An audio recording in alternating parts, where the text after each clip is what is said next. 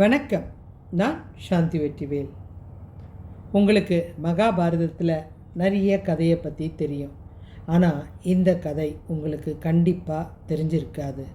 இதை கேட்டு முடித்ததும் கண்டிப்பாக உங்களுடைய மனது கவலையாக இருக்கும். இந்த கதையை பற்றி தான் உங்கள்கிட்ட நான் இன்றைக்கி பேச போகிறேன். அதுக்கு முன்னாடி சேனலை சப்ஸ்கிரைப் பண்ணிக்கோங்க. கர்ணன் விருஷாலி. யார் இந்த விருஷாலி? நிச்சயமாக உங்கள் மனசில் இந்த கேள்வி இருக்கும். கர்ணனுடைய மனைவி தான் இந்த விருஷாலி. இவங்களுடைய காதல் கதை ரொம்ப அழகானதுங்க. கேட்டாலே மெய் மறக்க வைக்கும். இப்படி ஒரு தம்பதிகள் வாழ்ந்தாங்களா அப்படின்னு நம்மளை யோசிக்கவும் வைக்கும். மகாபாரதத்தில் ஒரு கதாநாயகன்னா அது நம்ம கர்ணனை தவிர யாருமே கிடையாது. நம்ம மனசில் முதல்ல வர உருவம் கூட அவனுடைய உருவமாக தான் இருக்கும். இந்த கர்ணன் இவ்வளோ சிறப்பாக இருக்கானா, அவனுக்கு பின்னாடி யார் நிழலாக இருந்தா அப்படின்றது தான் நீங்கள் தெரிஞ்சுக்கணும். அதுதான் இந்த விருஷாலி. இந்த விருஷாலியை பற்றி நிறைய பேருக்கு தெரியாது. அவளை பற்றி தான் நம்ம பார்க்க போகிறோம். எந்த ஒரு மனுஷன் உலகத்தில் நல்லது செஞ்சாலும் அவனுக்கு பின்னாடி யாரோ ஒரு உயிர் கண்டிப்பாக அவனுக்கு துணையாக இருக்கும். ஆணாக இருந்தால் ஒரு பெண் துணையாக இருப்பாள். பெண்ணாக இருந்தால் அவளுடைய வளர்ச்சிக்கு ஒரு ஆண் துணையாக இருப்பாங்க. அதே மாதிரி அது யாராக வேணாலும் இருக்கலாம். ஒரு ஆணுக்கு பின்னாடி ஒரு தாயோ மனைவியோ மகளோ யார் வேணாலும் இருக்கலாம். அந்த மாதிரி ஒவ்வொரு வளர்ச்சிக்கும் பின்னாடியும் ஒரு உயிர் இருக்கும். ஆனால் அந்த உயிர் கண்ணுக்கு யாருக்குமே தெரியாது. அவங்க வளர்ந்த அப்புறம் அவங்களே கூட சில நேரம் அதை மறந்தே போயிடுவாங்க. இப்படி நிறைய பேர் அனுபவப்பட்டிருப்பீங்க. இப்போ நம்ம விருஷாலிக்கு போகலாம். இந்த விருஷாலி ரொம்ப நல்ல பெண். தன்னுடைய கணவன் மேலே உயிரே வச்சிருக்கவ. கணவன் யார்? கர்ணன். இவ எப்பத்திலிருந்து கர்ணனுக்கு தெரியும் அப்படின்னா, கர்ணன் குழந்தையா ஒரு தேரோட்டி கையில் கிடச்சாருன்றது நமக்கு தெரியும். அப்போது அந்த தேரோட்டியோட நண்பர் தான் சத்தியசேனன். இவர் யாருன்னா, இவர் துரியோதனனுடைய தேரோட்டி. இவருடைய மகள் தான் இந்த விருஷாலி. இவ சின்ன வயசுலேருந்து கர்ணன் பின்னாடியே சுற்றிக்கிட்டு அவர் கூட விளையாடிக்கிட்டு அவன் எந்த இடத்துல மனசு உடைஞ்சு அழுதாலும் அவனுக்கு ஆறுதல் சொல்லிக்கிட்டு அவன் கூடவே வாழ்ந்துட்டு வந்தான். இது எவ்வளோ ஒரு அழகான விஷயம் பாருங்கள். இவளுக்கு கர்ணன் ஒரு மாதிரி கொஞ்சம் சோர்வாக இருந்தான்னா, எதுக்கு கர்ணா எப்படி இருக்க அப்படின்னு போய் கேட்பான். அதே மாதிரி அவன் ஏதாவது தப்பு பண்ணாலும் உரிமையாக போயிட்டு, நீ இதெல்லாம் பண்ணியிருக்கக்கூடாது, நீ ஏன் பண்ண அப்படின்னு விவாதம் வர செய்வான். அவன் இதை செய்யலாமா வேணாமான்னு யோசிக்கிறதுக்குள்ள அவன் 10 விஷயத்துக்கு அவனுக்கு ஒரு புரிகிற அளவுக்கு அவனுக்கு எடுத்து சொல்லக்கூடிய ஒருத்தி தான் இந்த விருஷாலி. ரொம்ப உயிராக இருந்தவ கடைசியில் அவனை கல்யாணம் பண்ணணும் அப்படின்னு முடிவெடுத்தான். ஆனால் அவளுக்கு தெரிஞ்ச அந்த கர்ணன் ஒரு தேரோட்டியாக தான் தெரியும். அவன் யார், எங்கேருந்து பிறந்தான், எங்கே வளர்ந்தான், அதை பற்றியெல்லாம் அவள் யோசிக்கவே இல்லை. ஒவ்வொரு சோர்வாக இருக்கிற நேரத்துலேயும் துணையாக பக்கபலமாக இருந்தான். ஒரு இடத்துல அவன் அவமானப்பட்டு அவன் அழுகும்போது பக்கத்தில் போயிட்டு, பரவாயில்ல, ஆனால் உன்னுடைய திறமை வேறு, நீ சாதிக்க பிறந்தவன் அப்படின்னு சொல்கிறது. அதே மாதிரி எனக்கு யாருமே இல்லைன்னும் போது நான் இருக்கேன், உன்னுடைய மனக்குறை எதுவாக இருந்தாலும் என்கிட்ட சொல்லு அப்படின்னு கேட்குறது. அதே மாதிரி எல்லாரும் அவனை அவமானப்படுத்தும் போதும் அதே மாதிரி இவ தான் முதல் ஆளாக போயிட்டு அவனுக்கு ஆறுதல் சொல்லுவாள். இப்படி அவன் பின்னாடியே சுற்றிக்கிட்டு இருந்தவன் துரியோதனன் கூட அவன் போய் சேரும்போது கூட தடுக்கவே இல்லை. அவனுடைய விருப்பம் அதுவாக இருந்தால் அவன் எங்கே இருந்தால் அவனுக்கு நிம்மதி கிடைக்குமோ அந்த இடத்துல இருக்கணும் அப்படின்னு நினச்சான். அதனால் அதை அவள் தடுக்கலை. ஆனால் ஒரு இடத்துல மாத்திரம் விவாதம் செஞ்சான். அது எந்த இடம்னா, அந்த திரௌபதியை அவமானப்படுத்துகிற நேரத்தில் நீ அங்கே தானே இருந்த கர்ணா, ஏன் நீ துரியோதனங்கிட்ட கேள்வி கேட்கல, இது தப்பான செயல் அப்படி எடுத்து சொல்லலை அப்படின்னு அவள் தைரியமாக கேட்டான். இல்லை, அந்த பெண்ணுக்கு அந்த தண்டனை தேவை தான் அப்படின்னும்போது தப்பு, உன்னுடைய வீரத்துக்கு இது அழகே கிடையாது, நீ வீரன் அப்படின்னும்போது எல்லா இடத்துலையும் நீ தான் முதன்மையாக இருக்கணும். இதெல்லாம் இவனுக்கு சொல்லி சொல்லி அவன் கூடவே வாழ்ந்தவன். இந்த கர்ணன் மேலே அத்தனை உயிர். தன் கணவன் எது செஞ்சாலும் அது சரியாக தான் இருக்கும். தன் கணவன் எந்த இடத்துல போய் சேர்ந்தாலும் அவனுக்கு அது பிடிச்சிருந்தா தாராளமாக செய்யட்டும். இதெல்லாம் அவள் அவனுக்கு துணையாக பக்கபலமாக இருந்து ஒவ்வொரு செயலையும் செஞ்சாள். முக்கியமாக மனைவியை தவிர்த்து தோழியாக இருந்தால் தான் அந்த கணவனால் சகஜமாக தன்னுடைய மனக்குறைகளை தன்னுடைய தோழிக்கிட்ட சொல்ல ஆரம்பிக்க முடியும். அந்த தோழி மாத்திரம் ஒரு கணவனுக்கு மனைவி தோழியாக கிடச்சிட்டான்னு வச்சுக்கோங்க, கண்டிப்பாக அவனுக்கு எந்த நண்பனுமே தேவைப்படாது. அந்த தோழிக்கிட்டேயே தன்னை பற்றி மொத்த விஷயத்தையும் சொல்லுவான். இவ்வளோ ஏங்க, நம்ம திரௌபதியை முதலாக பார்த்து விரும்பினதை கூட இந்த விருஷாலிக்கிட்ட சொல்லியிருக்காரு இந்த கர்ணர். அப்போ கூட அவங்க கோவப்படலை. அப்படியா, அந்த இடத்துல நீ அவமானப்பட்டுட்டியே, பரவாயில்ல, கவலை இல்லை, இதுவும் நல்லதுக்கு தான் அப்படின்னு சொன்னாலே தவிர எந்த இடத்துலையும் அவரை அசிங்கமோ அவமானமோ படுத்தலை. உனக்கு இன்னும் திரௌபதியோட ஞாபகம் இருக்கா அப்படின்னு கூட கேட்கல. அவளுக்கு அதிர்ஷ்டம் இல்லை நீ கிடைக்கணும்னு, விடு, நீ ஏன் அதை பெருசாக நினைக்கிற அப்படின்னு. இதெல்லாம் அவள் கூடவே இருந்து பார்த்ததுனால கர்ணன் மேலே அவ்வளோ உயிர். அந்த உயிர் சொல்லவே முடியாதுங்க. இது பல ஜென்மங்களை கடந்தது அப்படின்ற இடத்துல தான் இந்த உயிர் இருக்கும். ஆனால் இது மனுஷ வாழ்க்கையில் கோடியில் ஒருத்தருக்கு தான் இப்படி ஒரு துணை கிடைக்கும். இவங்க அன்பாக வாழ்ந்ததுக்கு சாட்சியாக 9 குழந்தைகள் பிறந்தாங்க. இது வரைக்கும் உங்களுக்கு தெரியாத ரகசியம். கர்ணனுக்கு மொத்தம் 9 குழந்தைகள். இதில் 9 குழந்தைகளை பெற்றெடுத்தாலும் இந்த விருஷாலி மாத்திரம் கர்ணனுக்கு ஸ்நேகிதியாக இவ்வளோ. ஏன் அவரை பற்றி ஒரு விஷயமும் அவர் எதை செஞ்சாலும் மனசாட்சியாக அந்த விஷயம் தெரிஞ்சாலும் யாருக்கிட்டேயும் சொல்ல மாட்டான். தன்னுடைய கணவனுக்கு தெரியாத விஷயம் கூட அவளுக்கு தான் அதிகமாக தெரியும். கர்ணனை பற்றி யார்கிட்ட கேட்டால் தெரியும் அப்படின்னா உலகத்திலேயே விருஷாலிக்கு மாத்திரம்தான் கர்ணனுக்கே தெரியாத விஷயங்கள்லாம் தெரியும். இவங்க 9 குழந்தைகளை பெற்றெடுத்தாங்க. இந்த இடத்துல ஒரு இடத்துல அவர் தன்னுடைய கவச குண்டலத்தை கழட்டி கொடுக்குறாரு. அப்போது அதனால் தன்னுடைய கணவனுக்கு உயிர் போகும் அப்படின்னு தெரிஞ்சு கூட அவங்க தடுக்கலை. இதனால் இவருடைய மனசு சந்தோஷப்படுதா, அவருக்கு பிடிச்சதை செய்யட்டும் அப்படின்னு. இதெல்லாம் பார்த்து கிருஷ்ணருக்கே ஆச்சரியம்.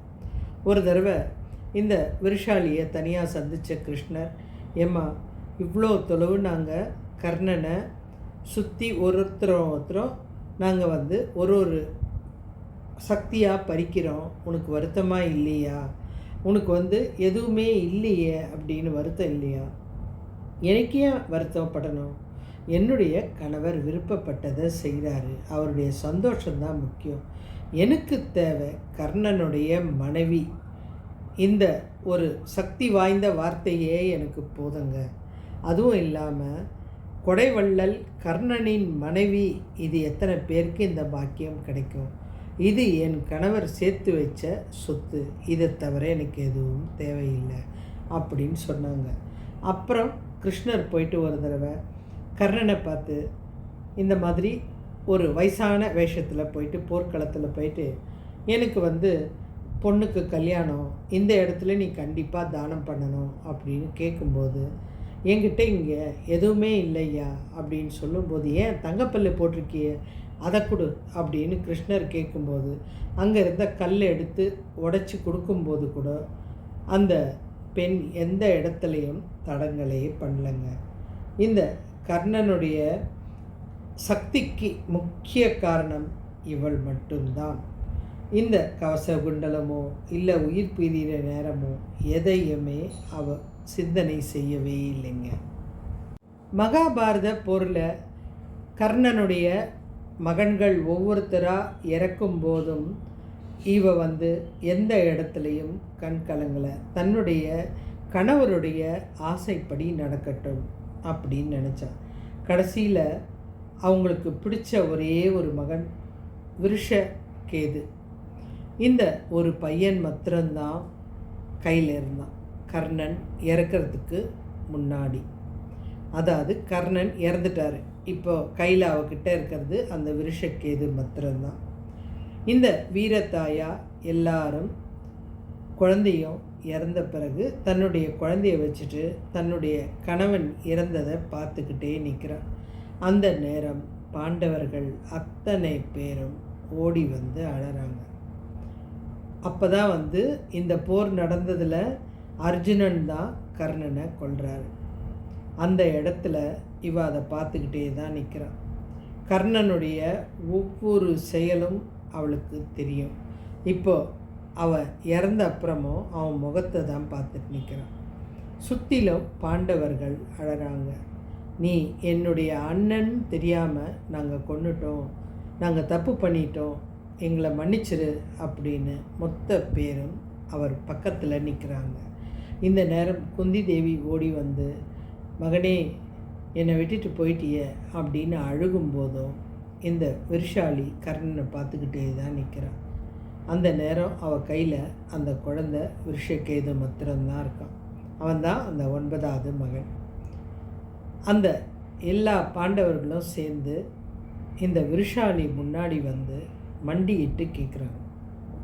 அண்ணி, எங்களுக்கு தெரியாது, எங்கள் அண்ணன் தெரியாது, நாங்கள் உங்கள் கண் முன்னாடியே அவரை கொன்னுட்டோம், எங்களை நீங்கள் மன்னிக்கணும், எங்களுடைய குழந்தைகள் எல்லாருமே இறந்து போயிட்டாங்க, எங்களுக்குன்னு யாருமே கிடையாது, இனி நாங்கள் இந்த அரசாட்சி வந்தால் கூட நாங்கள் ஆட்சி செய்ய முடியாது, நீங்கள் தான் ஒரு தலைவியாக இருந்து இந்த நாட்டை ஆட்சி செய்யணும், இது எங்கள் அண்ணனுக்காக நாங்கள் செய்கிற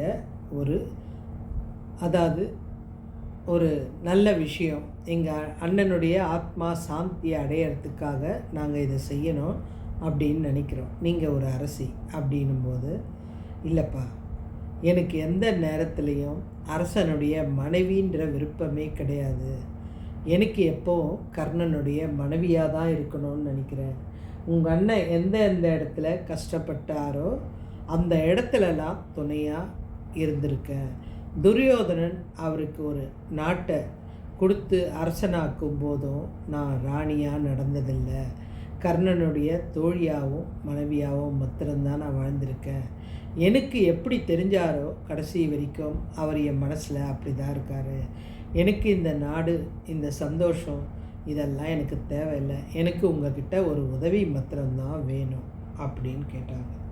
என்ன உதவி வேணும் சொல்லுங்கள், நாங்கள் மண்டியிட்டு செய்ய தயாராக இருக்கோம், ஏன்னா உங்கள் கணவருக்கு நாங்கள் செஞ்ச துரோகத்துக்கு எது வேணாலும் செய்வோம் அப்படின்னு மொத்த பேரும் அழுகும்போது, இல்லை, என்னுடைய குழந்தைய நீங்கள் காப்பாற்றணும், ஏன்னா அப்பாவும் கிடையாது, நான் இப்போது இந்த கர்ணனை எரிக்கும்போது அவர் கூட சிதையில் எரிய போகிறேன், இதுக்கப்புறம் இந்த குழந்தை அனாதை குழந்தையாக இருக்கக்கூடாது, நீங்கள் தான் இந்த குழந்தைய காப்பாற்றணும் அப்படின்னும்போது பாண்டவர்கள் இந்த நல்ல உள்ளத்தை மதித்து அத்தனை பேரும் கண்டிப்பாக நாங்கள் செய்கிறோம் அப்படின்னு அந்த அம்மா காலில் விழுந்து அவங்க அந்த பணியை சிரமில், அதாவது தலையில் வச்சுக்கிட்டு தாங்கினாங்க.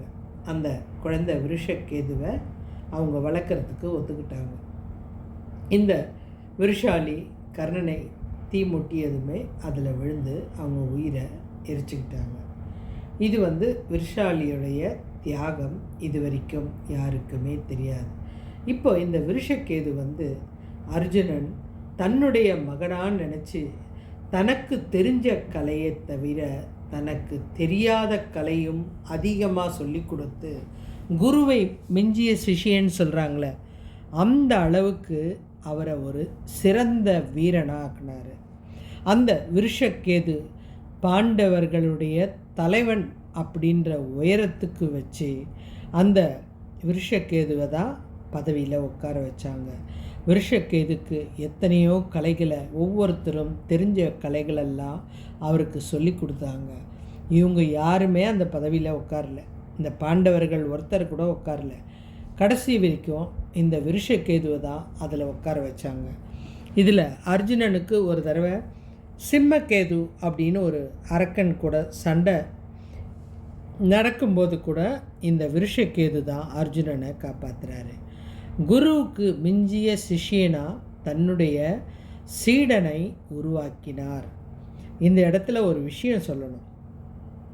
எப்போவுமே உயிரோடு இருக்கும்போது யாருக்குமே அந்த பதவி, பணம் இது மேலே தான் ஆசை இருக்கும், அந்த உயிர் மேலே ஆசை இருக்காது. இந்த கதையில் நம்ம தெரிஞ்சுக்க வேண்டிய கருத்து. பகை, அந்த பகையினால் எதிர்க்க இருக்கிறது அண்ணன்னு தெரியல. இவர் போரிட்டு அவரை கொண்டுட்டார். ஆனால் அந்த செஞ்ச பாவம் அவருடைய மனசில் ஒவ்வொரு நாளும் அவரை அழிச்சுக்கிட்டே இருந்தது. அதே பையன் நினச்சிருந்தா அர்ஜுனனை கொன்று இருக்கலாம், அந்த அரக்கன்கிட்ட இருந்து காப்பாற்றாமல் இருந்திருக்கலாம், என்னுடைய அப்பாவை கொன்னவர் தானே இவர் அப்படின்னு நினைக்கலாம். ஆனால் ஒரு குருவாக நினச்சி அவருக்கு பக்கபலமாக இருந்து அவர் சொல்லி கொடுத்த அத்தனையும் கற்றுக்கிட்டு அவருடைய உயிரை காப்பாற்றுறது எவ்வளோ பெரிய விஷயம் பாருங்கள். பகைன்றது எப்போவுமே உயிரோடு இருக்கிற வரைக்கும் தாங்க. இறந்த பிறகு அந்த பகையெல்லாம் மறந்து அந்த பாண்டவர்கள் மொத்த பேரும் பாசத்தை அள்ளி கொடுத்து, அதாவது தன்னுடைய அண்ணன்கிட்ட எப்படியெல்லாம் நடக்கணும்னு நினச்சாங்களோ அதெல்லாம் விட அதிகமாக இந்த விருஷக்கேது மேலே பாசத்தை கொடுத்தாங்க. மகாபாரத கதை அப்படின்னு நம்ம சொல்கிறோம். ஆனால் நீங்கள் ஒரு கதையிலையும் ஒரு கருத்து நமக்கு புரியுது. இன்றைக்கி அவங்க அந்த நாடு வேணும்னு நினச்சி தான் அந்த சண்டை நடந்தது. ஆனால் அந்த சண்டை நடந்து பிடுங்கப்பட்ட அந்த நாடை கூட யாராலையும் அனுபவிக்க முடியல. அந்த பாசம்தான் வெல்லுது. விருஷக்கேதுவுடைய பாசம்தான் இந்த பாண்டவர்கள் அத்தனை பேரையும் அவனுடைய காலடியில் விழ வைக்குது. இந்த விருஷாலியுடைய பாசம் பாருங்கள். நாடு வேணாம், அரசாட்சி வேணாம், என் கர்ணன் எங்கே இருக்கானோ அதுதான் எனக்கு சொர்க்கம் அப்படின்னு அவர் இறந்ததுமே பக்கத்தில் பெரிய நாட்டுக்கு அரசியாக இருக்கலாம். ஆனால் அவங்க அதை கொஞ்சம் கூட சட்டை பண்ணல. எனக்கு என்னுடைய கணவன் இருக்கிற இடம்தான் சொர்க்கம் அப்படின்னு நினச்சி அவர் போன இடத்துக்கே போகணும்னு சிதையில் விழுந்துட்டாங்க. தன்னுடைய மகனை உருவாக்கி இருக்கலாம், எது வேணாலும் செஞ்சுருக்கலாம். ஆனால் அவங்களுடைய உண்மையான பாசம், இந்த மாதிரி பாசம் தம்பதிகளுக்கு இருக்கிறது ரொம்ப ரொம்ப கடினம். இது தம்பதிகள் பாசத்தை காமிக்குது, சகோதர பாசத்தை காமிக்குது, ஒரு குடும்பத்துக்கு செஞ்ச துரோகத்தை எப்படி செய்யுது, இதெல்லாம் புரிய வைக்கிறது தான் இந்த கதை. சேனலை சப்ஸ்கிரைப் பண்ணுங்கள். இன்னும் நல்ல நிறைய விஷயத்தோடு பார்க்கலாம். நன்றி.